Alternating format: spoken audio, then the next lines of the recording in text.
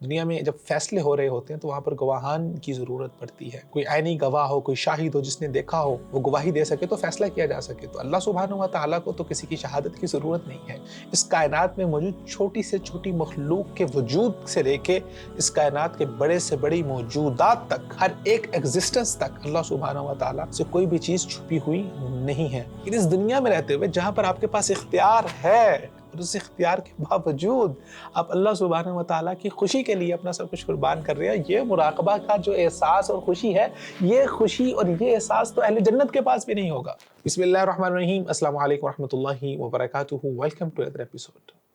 معرفت الہی کے آج کے اس ایپیسوڈ میں ہم اللہ سبحانہ و تعالیٰ کے دو بہت ہی خوبصورت نام الشہید اور رقیب، ان دونوں کے حوالے سے گفتگو کریں گے. اللہ سبحانہ و تعالیٰ کا اسم شہید قرآن مجید میں بے شمار مقامات پہ اس کا ذکر ہوا ہے. اللہ تعالیٰ فرماتے ہیں وَاللَّهُ عَلَىٰ كُلِّ شَيْءٍ شَهِيدٌ وَكَفَىٰ بِاللَّهِ شَهِيدًا إِنَّ اللَّهَ يَفْصِلُ بَيْنَكُمْ يَوْمَ الْقِيَامَةِ. اللہ تعالیٰ قیامت والے دن تمہارے درمیان فیصلہ کرے گا، کیونکہ اللہ سبحانہ و تعالیٰ سے کوئی بھی چیز چھپی ہوئی نہیں ہے. إِنَّ اللَّهَ عَلَىٰ كُلِّ شَيْءٍ شَهِيدٌ. اللہ تعالیٰ تو ہر ایک چیز کے اوپر بذات خود گواہ ہے. دنیا میں جب فیصلے ہو رہے ہوتے ہیں تو وہاں پر گواہان کی ضرورت پڑتی ہے. کوئی عینی گواہ ہو، کوئی شاہد ہو جس نے دیکھا ہو، وہ گواہی دے سکے تو فیصلہ کیا جا سکے. تو اللہ سبحانہ و تعالیٰ کو تو کسی کی شہادت کی ضرورت نہیں ہے. اور اللہ سبحانہ و تعالیٰ کا اسم رقیب قرآن مجید میں صرف 3 مقامات میں اس کا ذکر ہوا ہے. ایک مرتبہ اللہ سبحانہ و تعالیٰ کے یہ اسم شہید کے ساتھ اس کا ذکر ہوا ہے. اللہ تعالیٰ فرماتے ہیں وَكَانَ اللَّهُ عَلَىٰ كُلِّ شَيْءٍ رَقِيبًا وَكُنْتُ عَلَيْهِمْ شَهِيدًا مَا دُمْتُ فِيهِمْ فَلَمَّا تَوَفَّيْتَنِي كُنْتَ أَنْتَ الرَّقِيبُ عَلَيْهِمْ وَأَنْتَ عَلَىٰ كُلِّ شَيْءٍ شَهِيدٌ. حضرت عیسیٰ علیہ السلام فرماتے ہیں کہ اللہ جب میں فوت ہو گیا تو كُنْتَ أَنْتَ الرَّقِيبُ عَلَيْهِمْ، تو آپ ان کے اوپر نگہبان تھے. وَأَنْتَ عَلَىٰ كُلِّ شَيْءٍ شَهِيدٌ، اور آپ ہر چیز کے اوپر گواہ بھی ہیں، حاضر بھی ہیں، اور آپ ہر چیز کو جانتے ہیں. جب اللہ سبحانہ و تعالیٰ حضرت عیسیٰ بن مریم علیہ السلام سے پوچھیں گے کہ کیا آپ نے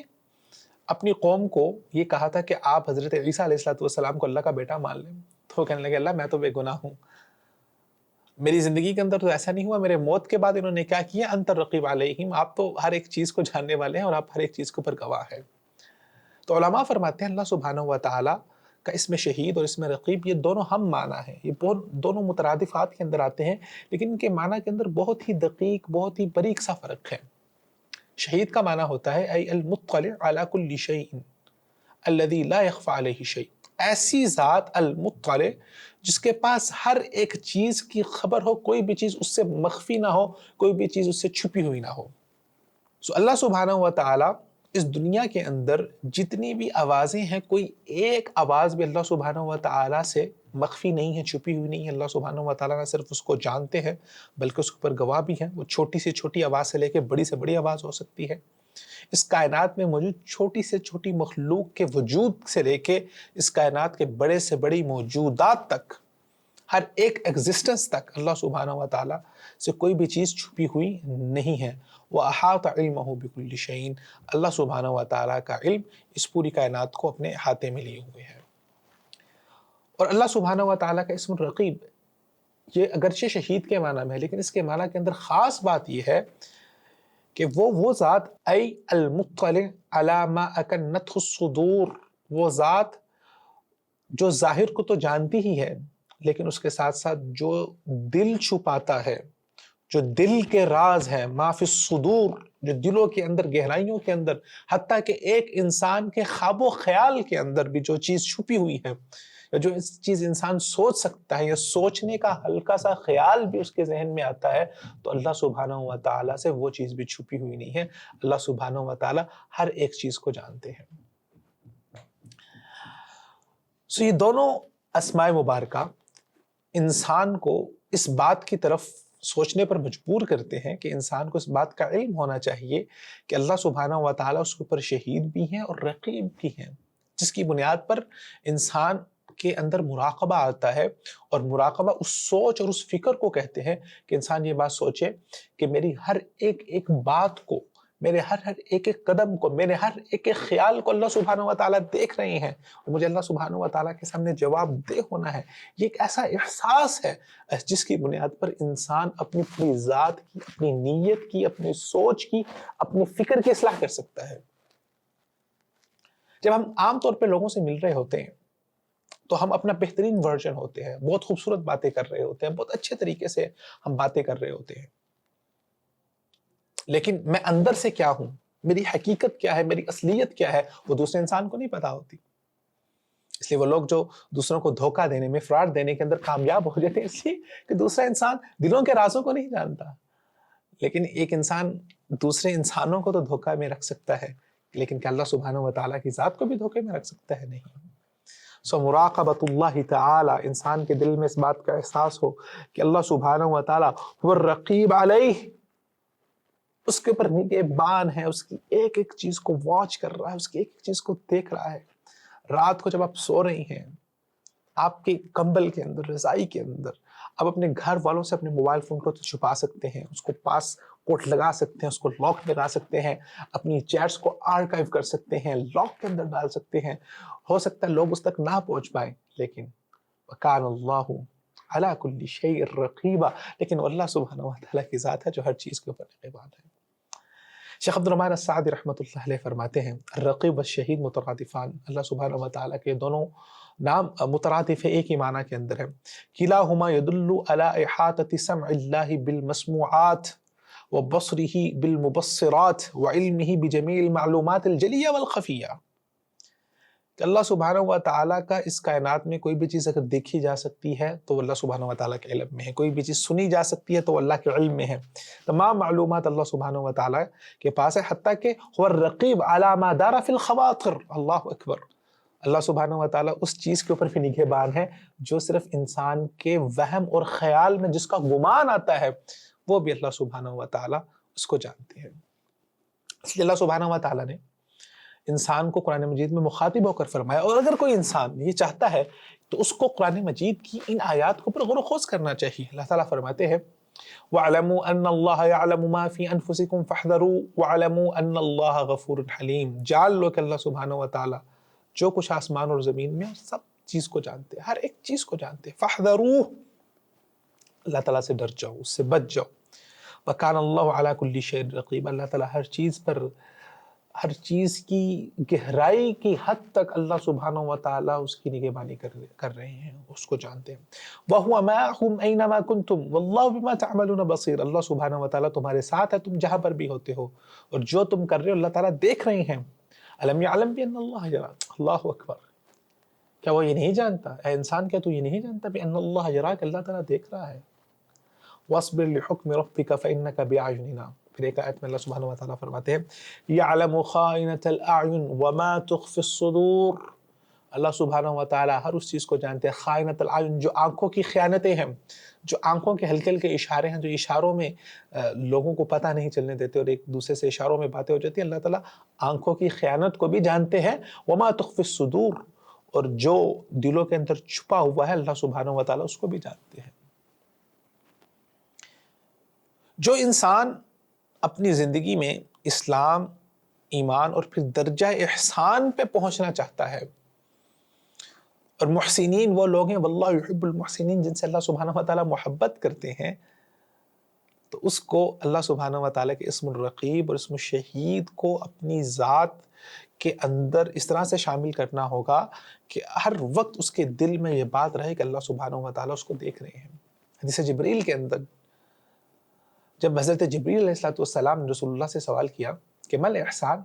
احسان کیا ہے، تو آپ نے فرمایا ان تعبد اللہ کأنک تراہ، کہ آپ اللہ کی عبادت اس طرح سے کریں کہ کأنک تراہ، کہ آپ اللہ سبحانہ وتعالیٰ کا دیدار کر رہے ہیں۔